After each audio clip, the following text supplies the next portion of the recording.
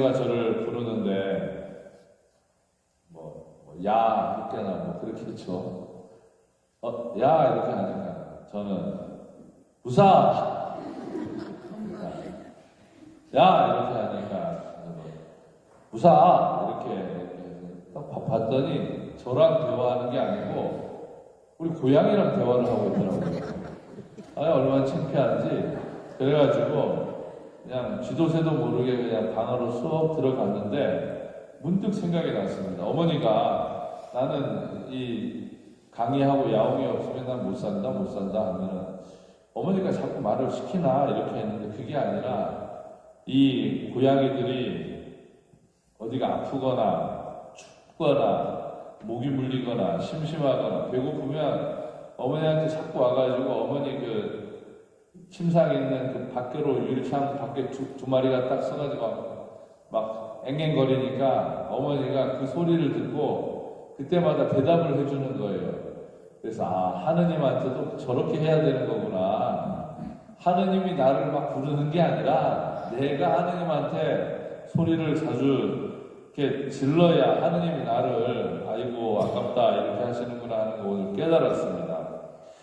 인생사 세옹지마라고요. 저는 다 아시다시피 이 한경면에 있는 성당 이곳저곳을 많이 짓고 사고 또 금전을 또 상환하고 하면서 머리도 많이 아프고 그래서 여기 계신 분들 다 병을 앓고 있지만 저도 이른 나이에 큰 병이 와가지고 서울 성모병원에서 이제 심장 질환을 이제 판정받고 아주 오랫동안 약을 먹었습니다.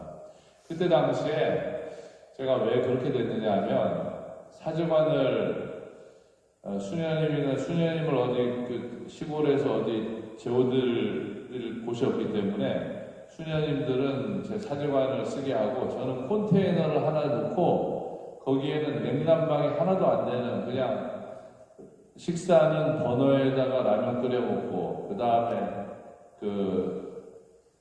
춥고 그러면 전기장판 쓰고 하면서 저도 모르게 몸이 아파버린 게 결국은 병을 키운 겁니다. 그래서 그렇게 키웠는데 전에 한번 얘기해 드렸죠.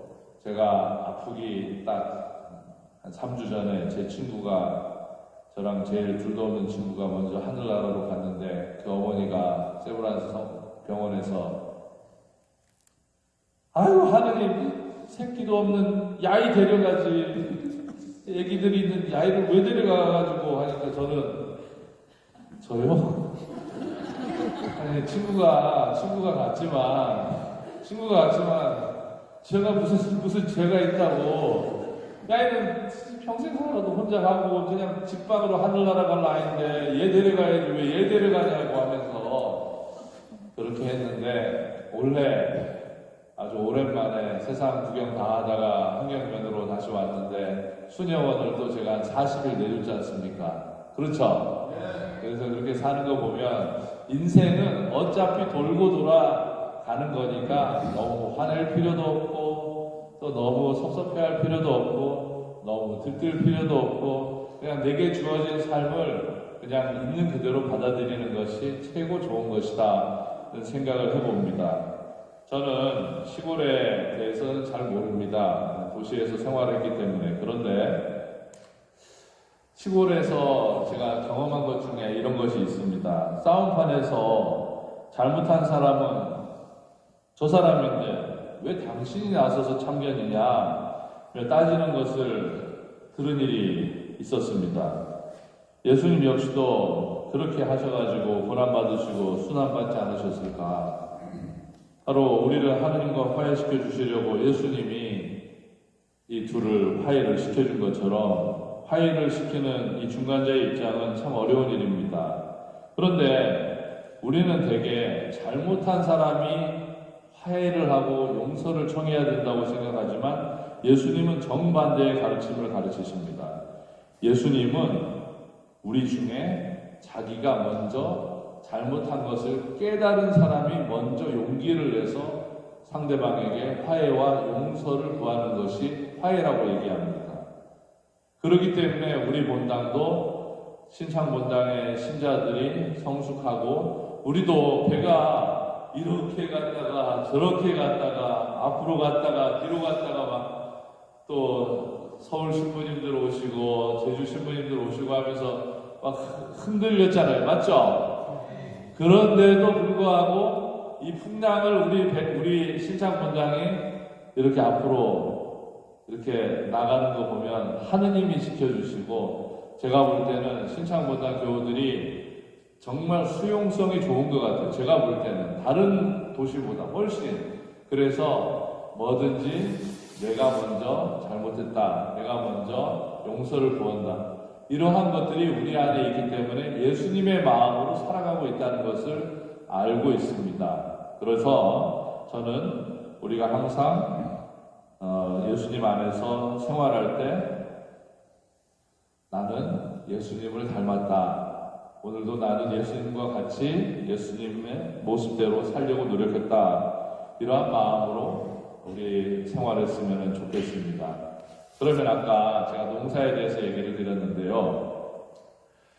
제가 이름이 찬란이다 보니까 8월에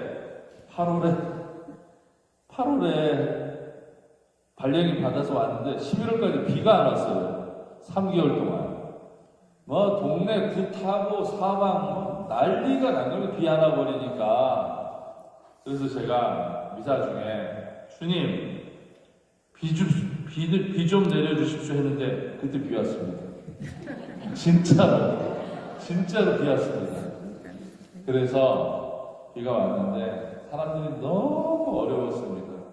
그 당시에 농촌 정책에 융자를 많이 해줬는데 그게 나중에는 상환을 못 받아가지고 사람들이 이제 가지고 있는 것을 금을 이제 상환을 못 하니까 너무너무 어렵게 살고 있던 시절에 형제님 한 명한테 제가 우리 농촌 살리기 운동을 한번 같이 해보자고, 그러면 좀 번거롭기도 하고 병충해 처리 문제나 가격 등에 있어서도 반응농법대로 따라가지는 못할 건데 한번 해보시겠습니까? 했더니 용기를 내서 해보겠다고 했는데 그 자매님은 저 따라 했다가 진짜 하늘나라 갈 뻔했습니다. 여름에 검질 매다가 쓰러져가지고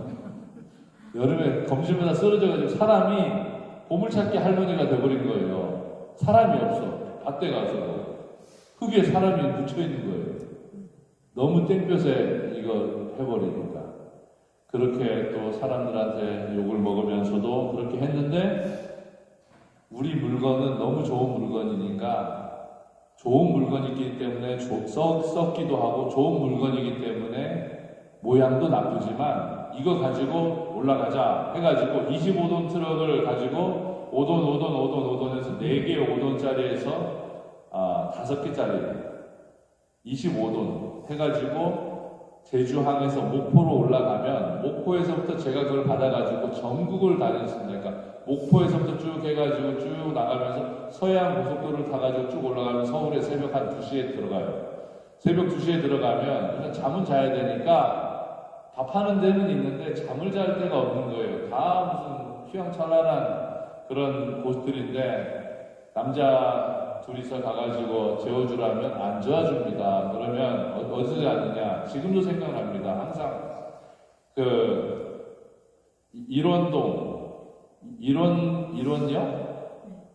일원역에 큰 차들 세우는데, 그 다음에 또 하나는 그 동네에 있는 양재동 하나로마트 큰데 거기 세워주면 거기에서 또 1돈 트럭을 또 모아야 돼요. 서울 사대문 안에는 1돈 트럭 이상은 못 들어갑니다. 그 안 법적으로. 그래서 거기에서 하면서 저 사람들, 젊은이들, 강남대로를 산 사람들은 다 나하고 비슷한 또래의 사람들인데 나는 이렇게 사람들을 속에서 오늘도 농사 짓느라 이 농산물 다 팔아야 되는데 이거 팔지 못하면 이거 다 썩을 건데 어떻게 하나 하면서 걱정했는데, 정말 기적처럼 가락동 시장까지 갈 때까지 가격을 잡혀본 적이 한 번도 없습니다. 그만큼 중간에 사람들이 많이 해먹더라고요. 한 번도 안 잡혔습니다. 저희는 가락동에서 가격이 잡히면 그때부터는 양심상 못 팔잖아요. 그래서 그때 제가 시골 사람들하고 함께 같이 농사도 짓고 트랙터도 몰고 파쇄도 하고 뭐 이리저리 뭐 일도 하고, 그 다음에 집 저기 위에 그 슬라브 계량 하러도 올라다니고 막 이리저리 일을 쭉 하면서 살았습니다. 그런데 다 좋은 일만은 아니더라고요. 어떤 내주당을 한 사람이 저에게 와가지고 얘기를 하는 겁니다. 저희가 여러 가지로 예를 써봤는데 잘 안 되니까 이번 기회에 하우스를 저기 팔고 또 그 안에 있는 저기 밑강남들은 전부 다 파쇄하려는데 좀 도와주십시오 했더니 앞으로 무슨 일 하시렵니까 했더니 아이고 신부님 말도 마십시오. 저기 한림에 가면은 요즘에 새로운 선풍적인 그 물건 파는 기술을 가르쳐 주는 사람이 있습니다 했어요. 그래서 그런 데가 있습니까 했더니 아이고 거기 가면은 한 사람이 두 사람이 되고 두 사람이 네 사람이 되고 네 사람이 여덟 사람이 되는데 그거를 창고에다가 이만큼 대면에 놓으면 2, 3일이면 다 날아가 버리고 집이 2층 집이 내년에 4층 집이 되고, 그래서 제가 그렇게 좋은 데가 있나? 그래서 저도 한번 가봤습니다. 그랬더니 어느 성당에서 오신 신부님도 오셨습니다 하니까 내가 이게 여기 뭐 하는 데지? 이렇게 했어요. 그래가지고 그 분이 지금 오늘 저랑 같이 여기 와줬으니까 제가 신부님한테 특별히 전기장판 하나 선물해 드리겠습니다 딱 했어요. 그런데 교구에서부터 이상한 소문이 들어오기 시작하는 겁니다. 허찰한 신부가 다단계 다니고 있다고 지금. 지금 다단계 저기 판매원 걸로 지금 저기 광고하러 다니고 있다고. 그래서 그거 한번 하면은 물건도 받아오고 있다고. 그때 저의 그 배신감, 그 어려운 가정, 그 사람 하나 구하는데도 하루에 10만 원 줘야 되는데 그 사람들이 아까워서 성당 사람들이 가가지고 해줬는데 저희를 다단계에 집어넣어 버리니까 제가 정말 아주 공경에 처했습니다. 신자들도 그때 많이 좀 떨어져 나갔어요. 왜냐면 나만 보면 무서워가지고 물건 팔까봐. 나만 보면 사제관에 좀 와보 싶어만 해도 안 가겠다고. 사제관에 신부님 할 말 있으면 여기서 하십시오 막 이렇게. 그렇게 하면서 제가 너무너무 시골의 삶도 힘들고 또 시골 사람들의 그런 경제적인 어려움도 힘들고 또 계량 집 지어주는 일도 했거든요. 집을 짓는 일도 해줬습니다. 집 짓기도 몇 채 지었어요. 그러면서 외지에서 오신 분들의 삶에 대해서도 조금씩 알기 시작을 했어요.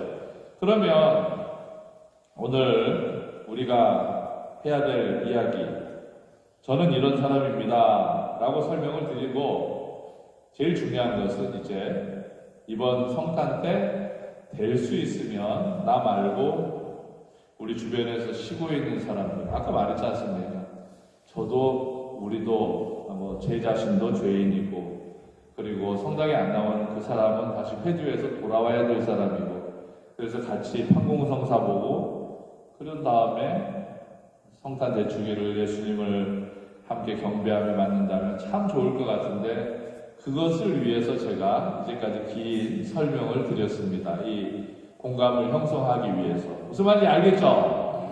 그냥 쓸데없는 말 한 게 아니라 저나 여기 계신 어르신들이나 다 똑같은 신앙생활을 하는 사람이고, 병에 걸리면 걱정하고 또 누군가가 힘들어하면 마음 아파하고 또 너무 기뻐서도 안 되고 너무 슬퍼서도 안 되고 항상 하느님 안에서 열심히 살자는 얘기를 드렸고, 이제부터 드리는 말씀이 바로 레지오와 관련된 이야기입니다.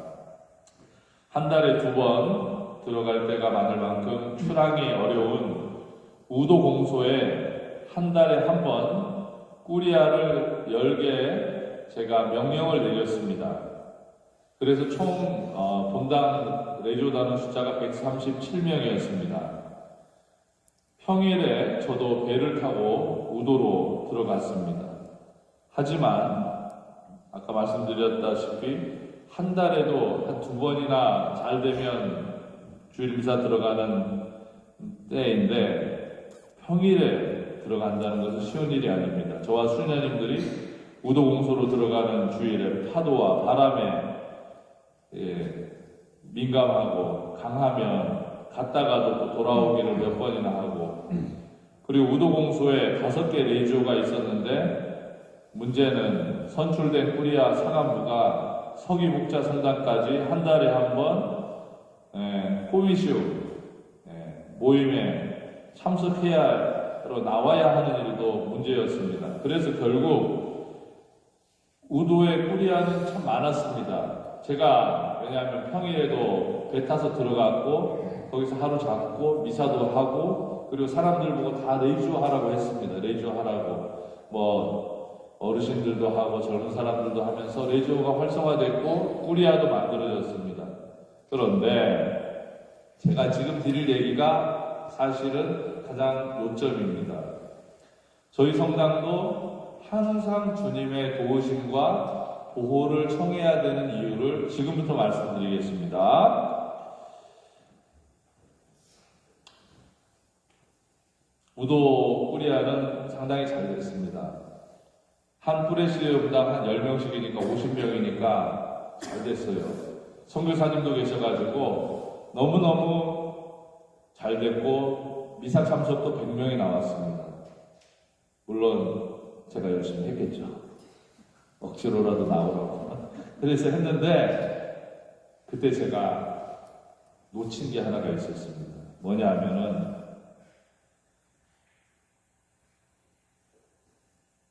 사실은 성당 다니는 게 너무 힘들다 하는 거 하고 그거 외에는 별 문제가 없을 거라 생각을 했는데 아닌 게 아니라 교회 밖에서 생겨난 문제가 아니라 레지오 단원들 간의 불목과 모함으로 결국 교구청을 찾아가 말씀을 다 드렸고 그 찾아간 패와 안 찾아간 패 중에 한 편을 들어서 완전히 레지오가 사라져버렸습니다.